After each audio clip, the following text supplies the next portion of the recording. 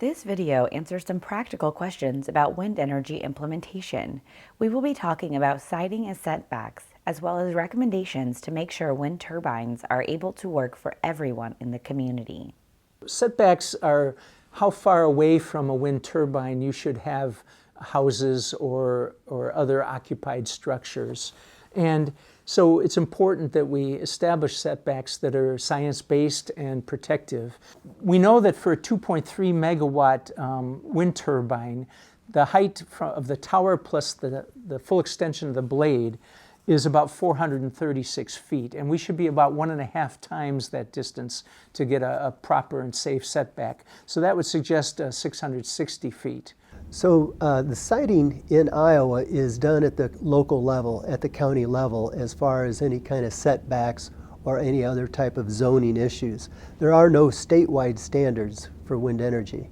But last legislative session, one of the organized efforts of the anti-wind group did come to Des Moines, and they were proposing some really severe setbacks that would really have curtailed more wind development in Iowa.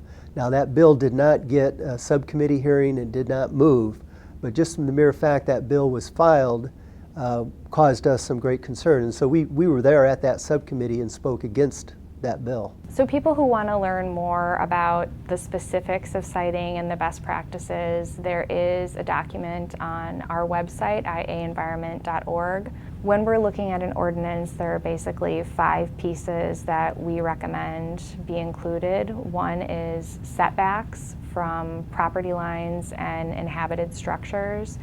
We do recommend counties look at a decommissioning plan, so you can, up front know that the cost of removing the towers are going to be taken down at the end of their useful life. That cost is going to be covered at the end of the useful life of the turbines.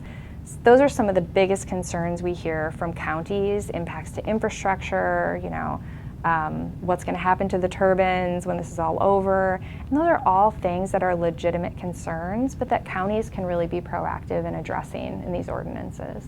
When we talk about how to regulate the energy sector, whether it's wind, solar, coal, or natural gas, the public needs to have a voice. The public should be involved. This is how we get good legislation and how people can feel confident that we're doing this in a safe and healthful manner that benefits everybody.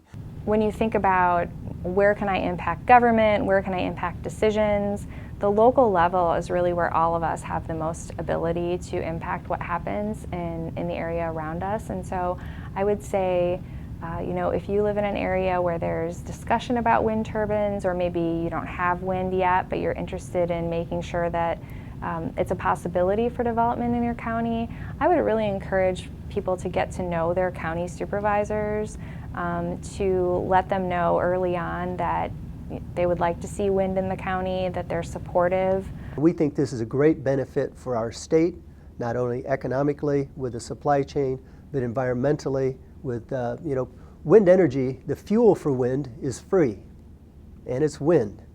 And there are no emissions with that, and that's why we like it.